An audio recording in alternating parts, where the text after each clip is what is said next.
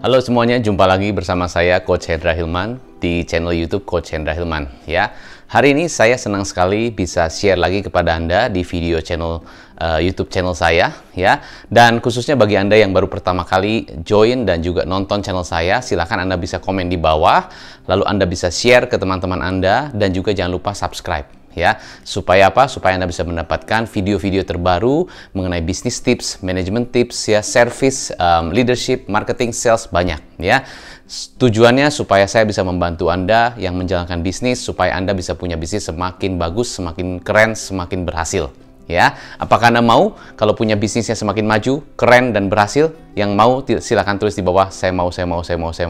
Oke, good. Ya, nah jadi hari ini saya akan fokus kepada pembahasan saya dan saya akan lanjutkan mengenai tentang pelayanan ataupun service. Ya, nah di dalam bisnis tentunya kita pasti tahu yang namanya bisnis itu pasti tidak luput dari yang namanya komplain customer. Ya, beberapa bisnis ya yang saya lakukan coaching, yang saya coach langsung, saya menghimbau dan men-encourage para pebisnis ya supaya mereka fokus untuk memberikan pelayanan yang lebih baik kepada customer. Kenapa? Karena kalau kita bisa memberikan pelayanan yang baik kepada customer, tentunya customer akan happy, dan kalau customer happy, mereka akan kembali lagi. Ya, jadi kalau kita bisa memberikan service yang baik, ya, customer bisa kembali lagi tanpa harus pakai voucher ataupun pakai frequent flyer atau points, ya. Kadang-kadang kalau dikasih voucher ataupun pakai points segala macam itu juga bisa, ya, bukan strategi yang kurang efektif. Tetapi alangkah lebih baik kalau kita bisa memberikan service yang bagus, customer akan kembali karena mereka memang merasa senang. Secara alami mereka ingin kembali lagi, bahkan mereka akan membawa teman-temannya untuk datang ke bisnis Anda. Nah, maka saya fokusnya adalah memberikan service, ya. Dan saya ingatkan kepada Anda, kalau Anda bisa memberikan service yang bagus kepada customer Anda, ini adalah salah satu strategi jitu yang sulit dalam tanda kutip di-copy oleh kompetitor. Sulit di-copy karena service itu, pelayanan itu sesuatu yang membutuhkan usaha, membutuhkan satu mindset, ya, sehingga mereka bisa memberikan pelayanan yang baik. Nah, kalau ada yang bertanya gini kepada saya, Coach, service itu apa sih? Nah, service itu apa? Service itu adalah begini, contoh. Misalnya Anda sebagai customer, lalu Anda misalnya chat kepada customer service, ya, atau Anda telepon deh customer service, ya kan? Nah, pertanyaannya adalah seberapa lama Anda bisa menunggu respons dari customer service tersebut untuk membalas chatnya Anda, membalas mungkin Anda telepon, membalas seberapa lama? Ya, bisa jadi ekspektasi Anda 1 jam ataupun 2 jam dan sebagainya. Nah, tapi kalau Anda misalnya sudah chat ke customer service tersebut dan ternyata responsnya lama, artinya Anda sudah tidak puas atau kurang puas dengan cara meresponsnya, karena kecepatan merespons itu salah satu pengukuran service, ya kan? Nah, jadi Anda pastinya akan mengukur seberapa lama customer service tersebut membalas chat Anda. Itu penting, ya. Nah, bisa jadi, ya, service adalah apa tadi saya bilang. Kalau Anda misalnya chat ke customer service dan dia balasnya cepat, padahal ekspektasi Anda 1 jam, tapi mereka balas dalam waktu 5 menit, berarti Anda puas. Berarti mereka bisa memberikan service yang baik kepada Anda karena mereka bisa memberikan pelayanan lebih cepat daripada ekspektasi Anda. Gitu ya. Nah, itu adalah service. Jadi service adalah memberikan pelayanan kepada customer sesuai dengan ekspektasi mereka.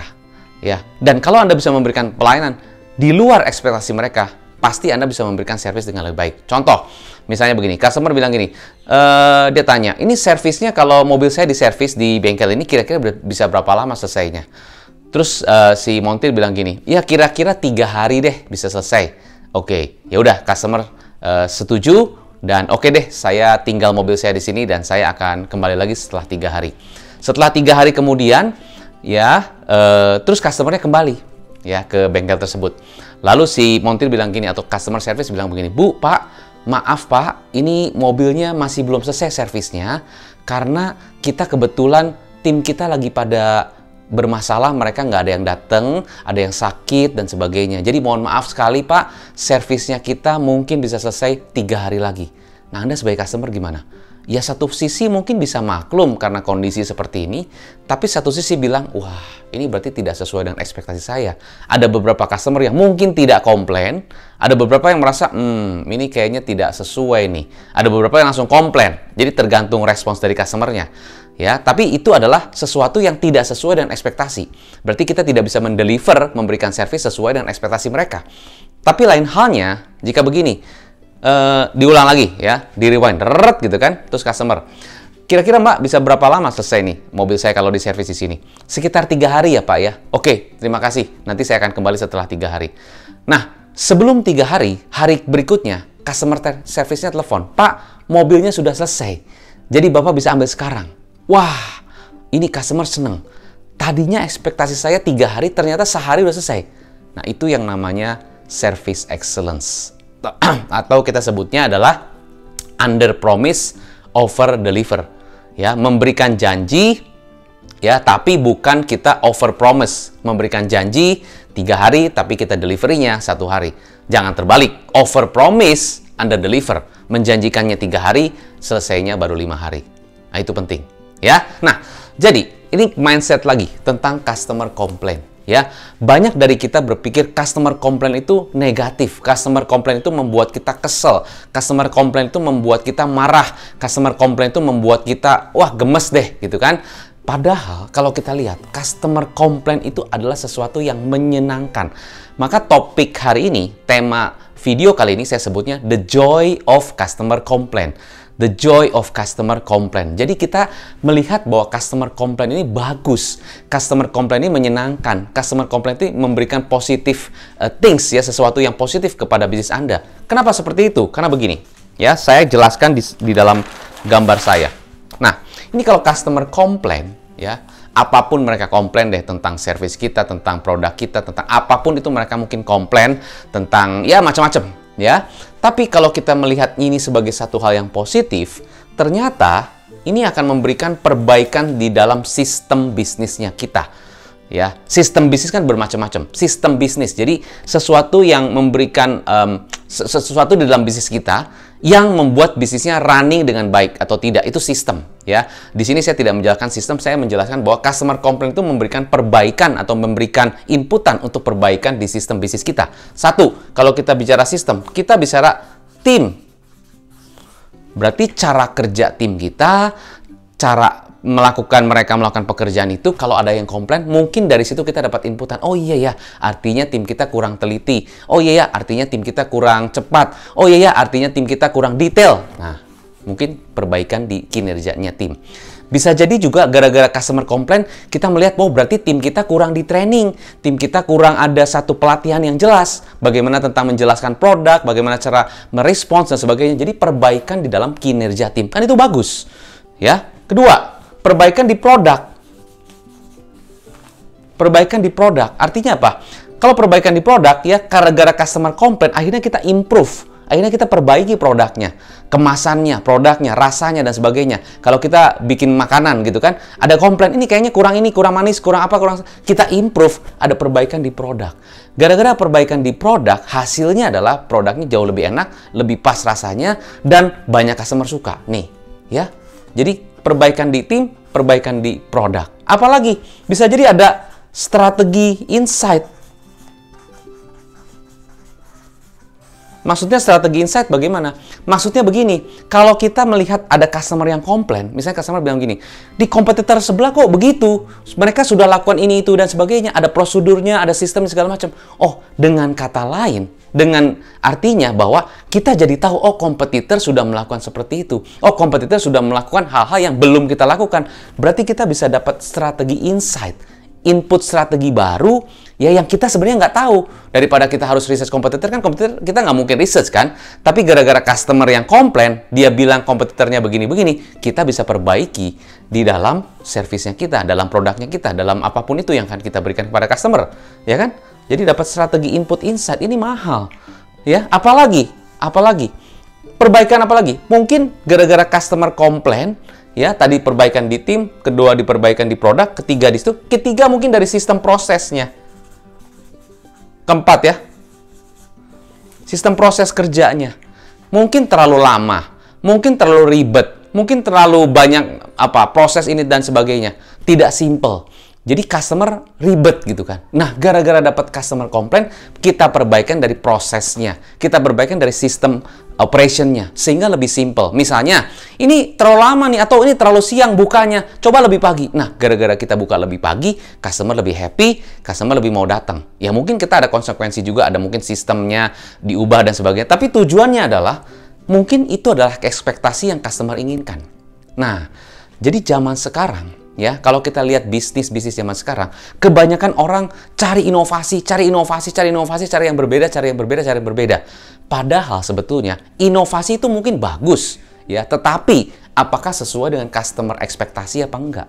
Jangan-jangan terlalu inovasi malah customernya bukan itu yang mereka expect. Sebetulnya mereka lebih expect-nya servisnya yang lebih ditingkatkan, pelayanannya lebih ditingkatkan, mungkin cara meresponsnya lebih baik, cara menjelaskan lebih baik, dan sebagainya. Mungkin satu guarantee dari Anda kepada customer itu yang mungkin customer inginkan. Satu kejelasan, mungkin informasi yang lebih clear itu mungkin yang diinginkan, bukan inovasinya mungkin.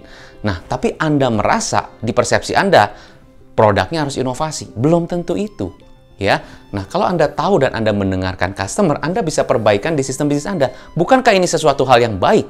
Dan kalau Anda terapkan di dalam bisnis Anda hitung aja seberapa mahal, ya, dampaknya ke bisnis Anda dan seberapa besar dampaknya kepada perkembangan omset Anda, dan seberapa mahal dan valuable-nya dampaknya ke customer Anda, yang setelah Anda lakukan perubahan, Anda melihat customer Anda semakin happy. Itu dia. Jadi, customer complaint is very good. Customer complaint is positif, ya, karena bisa perbaikan di sistem. Nah, lalu langkah Anda apa?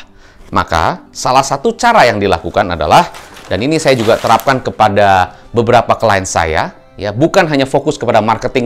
Marketing is bagus, ya, dan saya rasa semua bisnis pun fokusnya ke marketing, ya, dan bagaimana caranya supaya lebih dikenal, brandingnya diangkat, itu bagus, ya, digital marketingnya diimprove lagi, bagus. Tapi jangan lupa, ya, boleh saja marketing diangkat terus, tapi kalau pelayanan tidak puas, Anda tidak memberikan pelayanan yang baik kepada customer Anda, bisa jadi mungkin customernya kurang happy, atau mungkin mereka cuma datang sekali aja, beli sekali aja karena bagus iklannya, mereka coba, oh iya enak ya, tapi cuma sekali, belum tentu balik lagi kalau servisnya biasa-biasa aja. Dan banyak sekali kompetitor yang juga bermain atau mungkin di bidang Anda. Dan balik lagi, kalau Anda tidak improve service Anda, bisa jadi Anda ditinggalin customer. Ya, bukan masalah perang harga menurut saya. Perang harga is one thing, ya.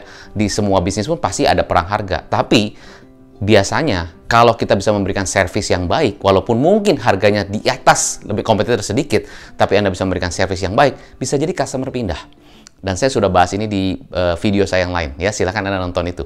Oke, so jadi voice of customer, suara customer. Ada beberapa bisnis, ya, yang saya baca di Singapura, salah satunya Changi Airport, ya, begitu bersih, toiletnya begitu bersih. Bahkan bayangin, toilet loh, bukan kita bicara tempat yang lain, ya, itu besar sekali kan Changi Airport di Singapura, ya.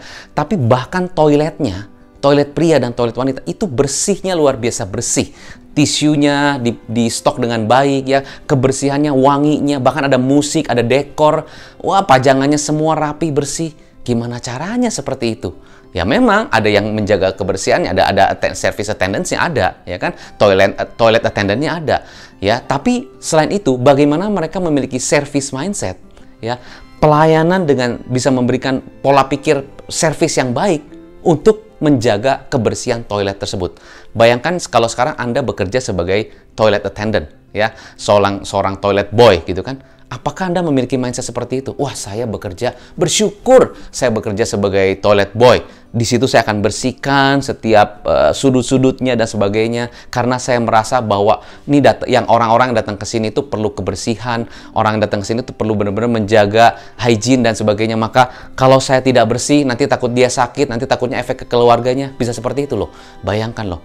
Toilet boy-nya bisa mikir begitu. Itu namanya service mindset, pelayanan, ya. Nah, ternyata, ya, itu ada yang disebut, atau Changi Airport salah satunya yang menggunakan strategi voice of customer.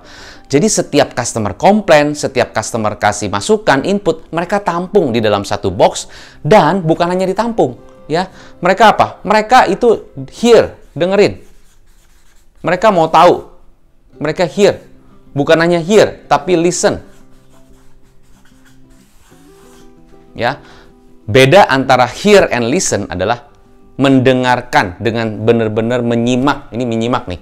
Makanya bahasa Inggris tuh to hear and to listen is very different.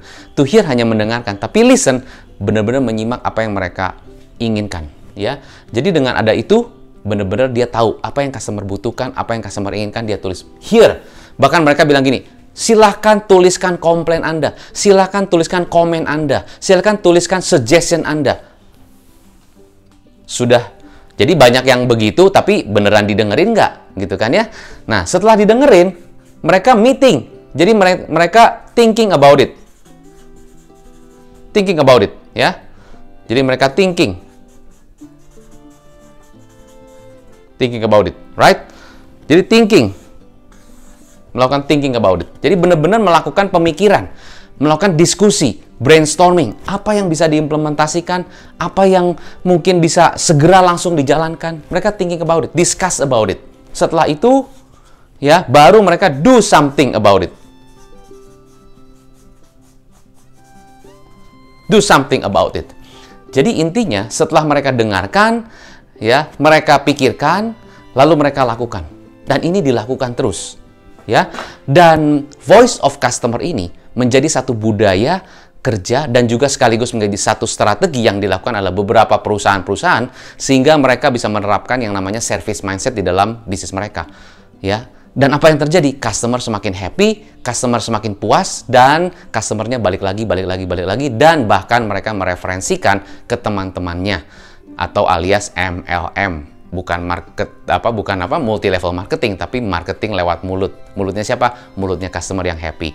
Nah, itu yang dilakukan. Jadi dari cerita saya, dari apa yang saya berikan kepada Anda di video kali ini adalah saya ingin encourage Anda, come on, kita juga bisa lakukan seperti ini, ya. Kalau Changi Airport bisa, di Marina Bay Sands di Singapura juga bisa. Bayangkan Marina Bay Sands di Singapura memiliki 4.000 toilet.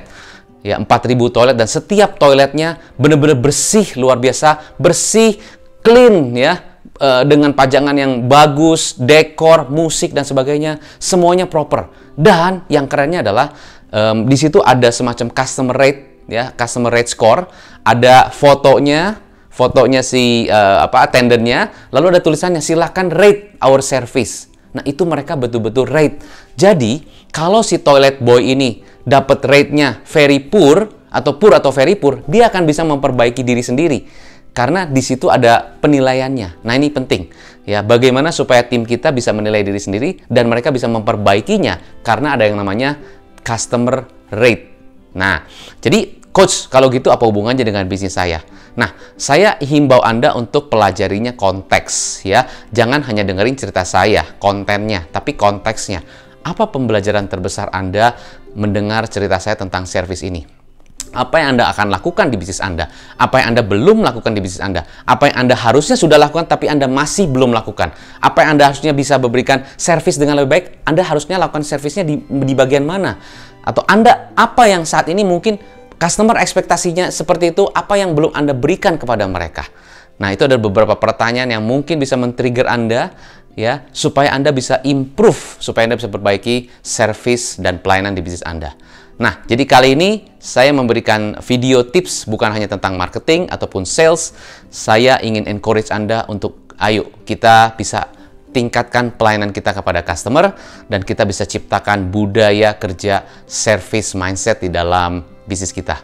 Oke, so sukses untuk Anda selalu, ya, dan semoga Anda bisa menjalankan ini dan tentunya bisnis Anda semakin bisa maju, bisa berhasil, bisa sukses. Dan jangan lupa jaga kondisi kesehatan Anda. Salam pengusaha.